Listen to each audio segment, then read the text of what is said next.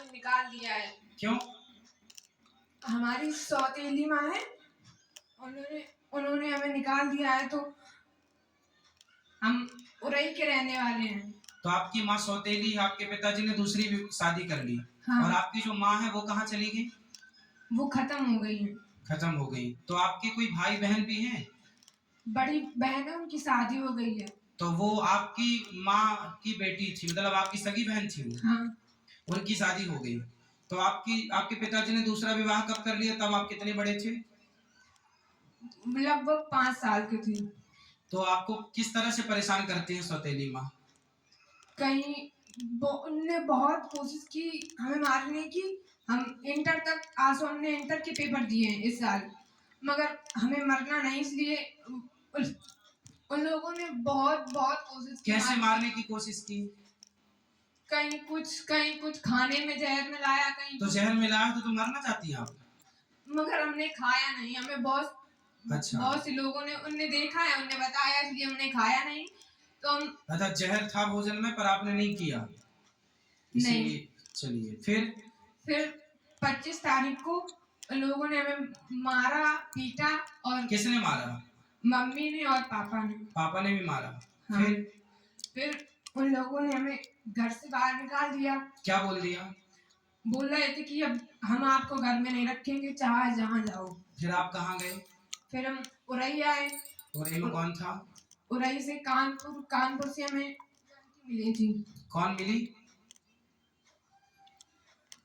आपके परिवार में कोई रिश्तेदार में और कोई नहीं है? तो आप वहां क्यों नहीं चले गए?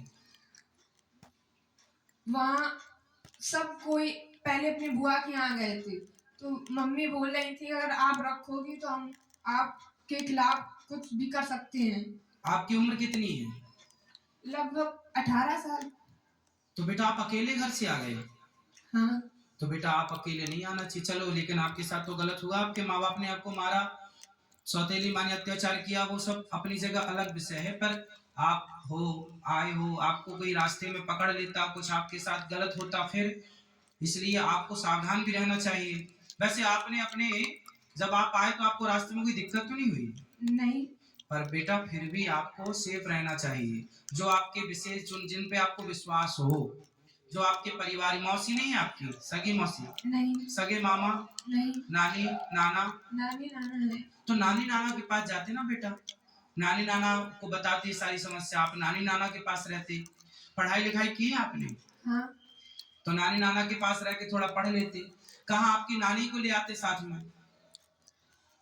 आपको इस तरह से भाग के आना बेटा, आना था तो नानी के पास जाना था, नानी को लेके आना था। अकेले देखो जमाना बहुत अच्छा नहीं है, आप अच्छे आ गए यहाँ, ठीक है, लेकिन जमाना इतना भी अच्छा नहीं है ना बेटा, अकेले चलने लायक नहीं है।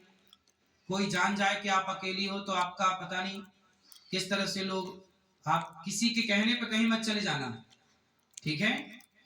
और आप नानी को अपना नंबर दे दो, मोबाइल नंबर नानी का, हम नानी को अभी सूचना करवाते हैं। और तब तक आप यहीं गौरी गोपाल में भोजन करना, और यहीं जो पांडाल में सब लोग सो रहे हैं वहीं आराम से रहना। कल नानी को फोन अभी लगवा देना तो नानी कल आ जाएंगी, और नानी के पास रहना।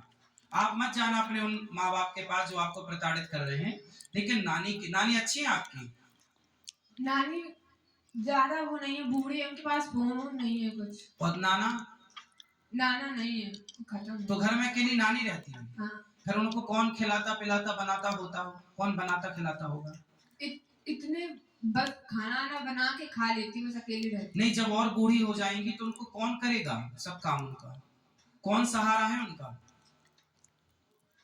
पता नहीं। आप उनका सहारा बन जाओ, आप उनका सहारा भी बन जाओगी, आप वहां रहना भी, और फिर आप पढ़ लिख भी वहां लेना। फिर आपकी नानी जहां चाहे आपका समय से वो देख लेंगी कि मेरी बेटी का मेरे को ब्याह करना है, वो तुरंत एक अच्छा सा लड़का देख के आपका विवाह करवा देंगी, वो मरने के पहले आपका परिवार सेटल कर देंगी। बूढ़ी तो है ही, अनुभव तो है ही उनको, तजुर्बा जीवन का। आपकी नानी से बेहतर आपका भला अभी वर्तमान में कोई नहीं चाहता होगा, क्यों जी, बात सही है? आपकी नानी से बेहतर, आपकी नानी जितना भला आपका चाहती है और आपकी नानी जितना भला आपका कर सकती है, उतना भला आपका कोई नहीं कर सकता। हर व्यक्ति आपसे कोई ना कोई स्वार्थ से जुड़ेगा, पर आपकी नानी आपसे बिना स्वार्थ की जुड़ी है, और उससे उस बूढ़ी माँ को तुम्हारा सहारा मिल जाएगा और तुम्हें उसका सहारा मिल जाएगा। जी गुरु